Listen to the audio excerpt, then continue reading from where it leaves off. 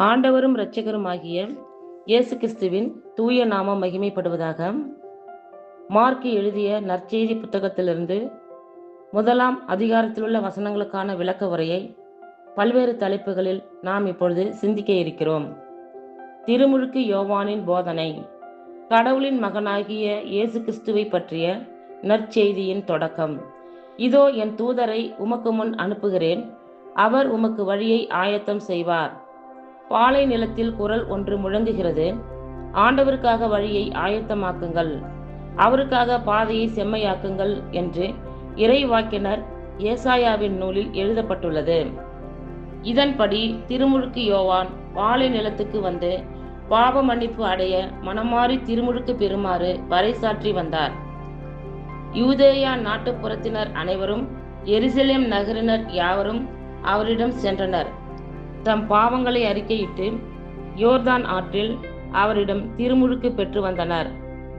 யோவான் ஒட்டக முடியாலான ஆடையை அணிந்திருந்தார், தோல் கச்சையை இடையில் கட்டியிருந்தார், வெட்டுக்கிளியும் காட்டுத்தேனும் உண்டு வந்தார். அவர் தொடர்ந்து, என்னை விட வலிமைமிக்க ஒருவர் எனக்கு பின் வருகிறார், குனிந்து அவருடைய மிதியடிவாரை அவிழ்க்க கூட எனக்கு தகுதியில்லை.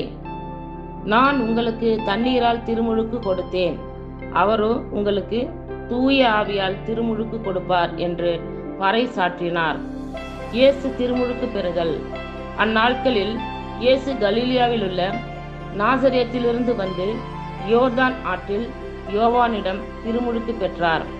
அவர் ஆற்றிலிருந்து கரையேறினவுடனே வானம் பிளவுபடுவதையும் தூய ஆவி புறாவை போல் தம் மீது இறங்கி வருவதையும் கண்டார். அப்பொழுது, என் அன்பார்ந்த மைந்தர் நீரே, பொருட்டு நான் பூரிப்படைகிறேன் என்று வானத்திலிருந்து ஒரு குரல் ஒலித்தது. இயேசு சோதிக்கப்படுதல். உடனே தூய ஆவியால் அவர் பாலை நிலத்துக்கு அனுப்பி வைக்கப்பட்டார். பாலை நிலத்தில் அவர் 40 நாட்கள் இருந்தார். அப்போது சாத்தானால் சோதிக்கப்பட்டார். அங்கு காட்டு விலங்குகளிடையே இருந்தார். வானதூதர் அவருக்கு பணிவிடை செய்தனர். இயேசுவே மெசியா. இயேசுவும் மக்கள் கூட்டமும். கலிலியாவில் இயேசு பணி தொடங்குதல். யோவான் கைது செய்யப்பட்ட பின் கடவுளின் நற்செய்தியை பறைசாற்றிக் கொண்டே இயேசு கலிலியாவிற்கு வந்தார். காலம் நிறைவேறிவிட்டது, இறையாட்சி நெருங்கி வந்துவிட்டது, மனம் மாறி நற்செய்தியை நம்புங்கள் என்று அவர் கூறினார். முதல் சீடர்களை அழைத்தல். அவர் கலிலிய கடலோரமாய் சென்றபோது சீமோனையும் அவர் சகோதரரான அந்திரேயாவையும் கண்டார். அவர்கள் கடலில் வலை வீசி கொண்டிருந்தார்கள், ஏனெனில் அவர்கள் மீன் பிடிப்பவர்கள். இயேசு அவர்களை பார்த்து, என் பின்னே வாருங்கள், நான் உங்களை மனிதரை பிடிப்பவர்கள் ஆக்குவேன் என்றார். உடனே அவர்கள் வலைகளை விட்டுவிட்டு அவரை பின்பற்றினார்கள். பின்னர் சற்று அப்பால் சென்றபோது செபதேயுவின் மகன் யாக்கோபையும் அவருடைய சகோதரரான யோவானையும் இயேசு கண்டார். அவர்கள் படகில் வலைகளை பழுது பார்த்து கொண்டிருந்தார்கள். உடனே இயேசு அவர்களையும் அழைத்தார். அவர்களும் தங்கள் தந்தை செபதேயுவை கூலி ஆட்களோடு படகில் விட்டுவிட்டு அவர் பின் சென்றார்கள். தீய ஆவி பிடித்தவரை குணப்படுத்துதல்.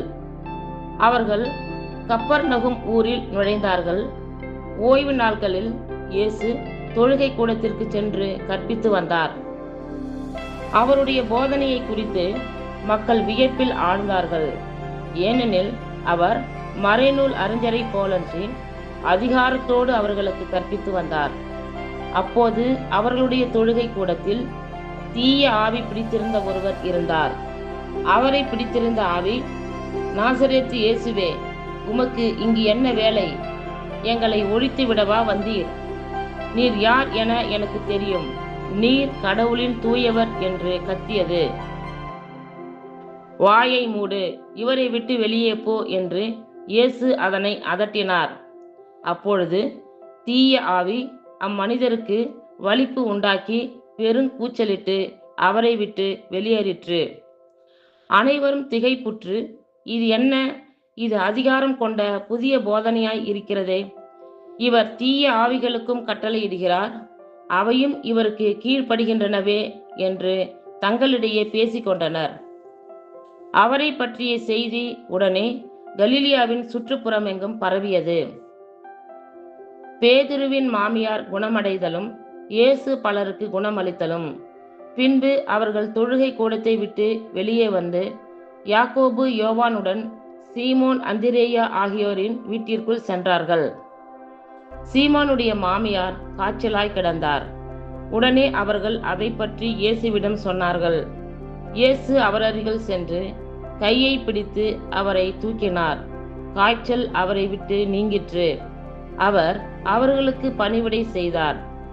மாலை வேளையில் கதிரவன் மறையும் நேரத்தில் நோயாளர்கள், பேய் பிடித்தவர்கள் அனைவரையும் அவரிடம் கொண்டு வந்தார்கள். நகர் முழுவதும் வீட்டு வாயில் முன் கூடியிருந்தது.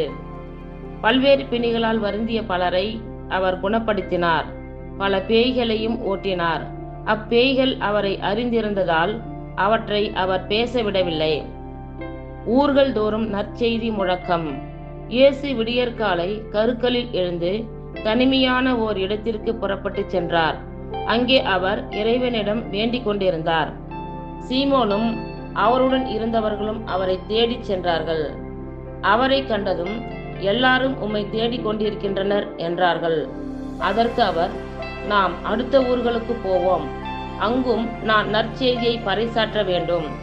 ஏனெனில் இதற்காகவே நான் வந்திருக்கிறேன் என்று சொன்னார்.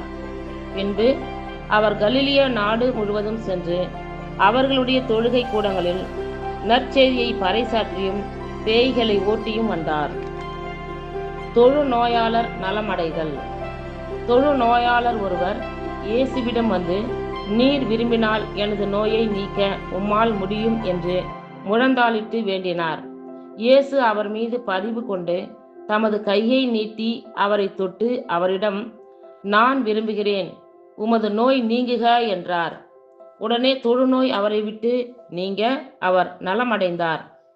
பிறகு அவரிடம், எவருக்கும் ஒன்றும் சொல்லாதபடி கவனமாய் இரும். ஆனால் நீர் போய் உம்மை குருவிடம் காட்டி நோய் நீங்கியதற்காக மோசே கட்டளையிட்டுள்ள காணிக்கையை செலுத்தும். நீர் நலமடைந்துள்ளீர் என்பதற்கு அது சான்றாகும் என்று மிக கண்டிப்பாக கூறி உடனடியாக அவரை அனுப்பிவிட்டார். ஆனால் அவர் புறப்பட்டு சென்று இந்த செய்தியை எங்கும் அறிவித்து பரப்பி வந்தார். அதனால் இயேசு எந்த நகருக்குள்ளும் வெளிப்படையாய் செல்ல முடியவில்லை. வெளியே தனிமையான இடங்களில் தங்கி வந்தார். எனினும் மக்கள் எல்லா இடங்களிலிருந்தும் அவரிடம் வந்து கொண்டிருந்தார்கள். இத்துடன் 1ஆம் அதிகாரத்திலுள்ள வசனங்கள் நிறைவுற்றிற்று. கர்த்தர் தாமே நம் எல்லோரையும் ஆசீர்வதிப்பாராக. ஆமேன்.